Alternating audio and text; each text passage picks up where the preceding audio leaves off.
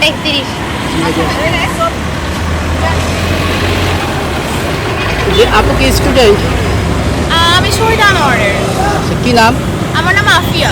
আফিয়া। এটার সঙ্গে কতদিন জড়িত? চিনি।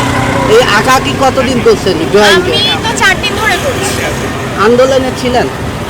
না, আন্দোলনে বাবা মা বের হতে দেয়নি। এখন কতদিন এটা চালাবেন এই কার্যক্রম? এটা যতদিন না শেষ হচ্ছে ততদিন মনে হয় এটা চলবে। মানে যতদিন বাংলাদেশ সুন্দর না হচ্ছে সব হ্যাঁ, জায়গাতে। ততদিন পর্যন্ত আমরা এই কাজটা করব। আচ্ছা, এই যে শিক্ষা ব্যবস্থা আপনাদের কি পরিবর্তন করলে ভালো হবে?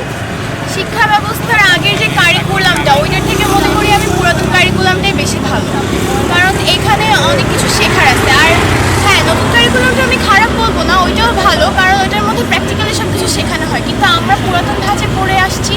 আমি পুরাতন ব্যাচ, লাস্ট ব্যাচ, আমাদের ব্যাচের পড়াশোনাটাকে আমি বেশি গুরুত্ব দিই।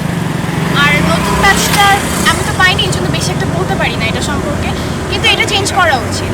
আচ্ছা, এই কাজের জন্য বাবা মা কি কোনো বাধা দিছে? হ্যাঁ, প্রথম দিকে বাধা দিয়েছে, এখনো দিচ্ছে, বাট বুঝিয়ে আমরা বের হয়ে আসি। আচ্ছা, নতুন সরকারের কাছে আপনার কাছে আর কি প্রত্যাশা? নতুন সরকারের কাছে প্রত্যাশা, যে জিনিসগুলোর আমাদের ক্ষতি হয়েছে সেগুলো যদি তারা আবারও নতুনভাবে আমাদেরকে দেয় তাহলে অনেক উপকার হয়। যেমন আমাদের বিভিন্ন জায়গায় ব্রিজের দরকার, তারপর হচ্ছে এই যে ট্রাফিক মেনটেনের ব্যাপারগুলো, এগুলো অনেক কিছু মেনটেনের জিনিসগুলো যদি দেখে তারা, তাহলে অনেক উপকার হয়। আর আমরা স্টুডেন্টরা তো এখন দেশ দেখছি, স্টুডেন্টরা আর কতটুকু কী করবে, আমাদের তো পড়াশোনার দিকটাও দেখতে হবে। সারাদিন এখানে কাজ করে বাসায় যেহেতু আর পড়াশোনা আমাদের করতে ইচ্ছা করে না, এটা স্বাভাবিক। তো এইটুকুই। আর হচ্ছে এই যে ট্রাফিক আপনারাই নিয়ন্ত্রণ করতেছেন, জি। এই ট্রাফিক নিয়ন্ত্রণ করতে কেমন আপনাদের? ট্রাফিক কাজটা সহজ না কঠিন, কি মনে হয়? ট্রাফিকটা সহজ যদি ড্রাইভারগুলো আমাদেরকে মানে।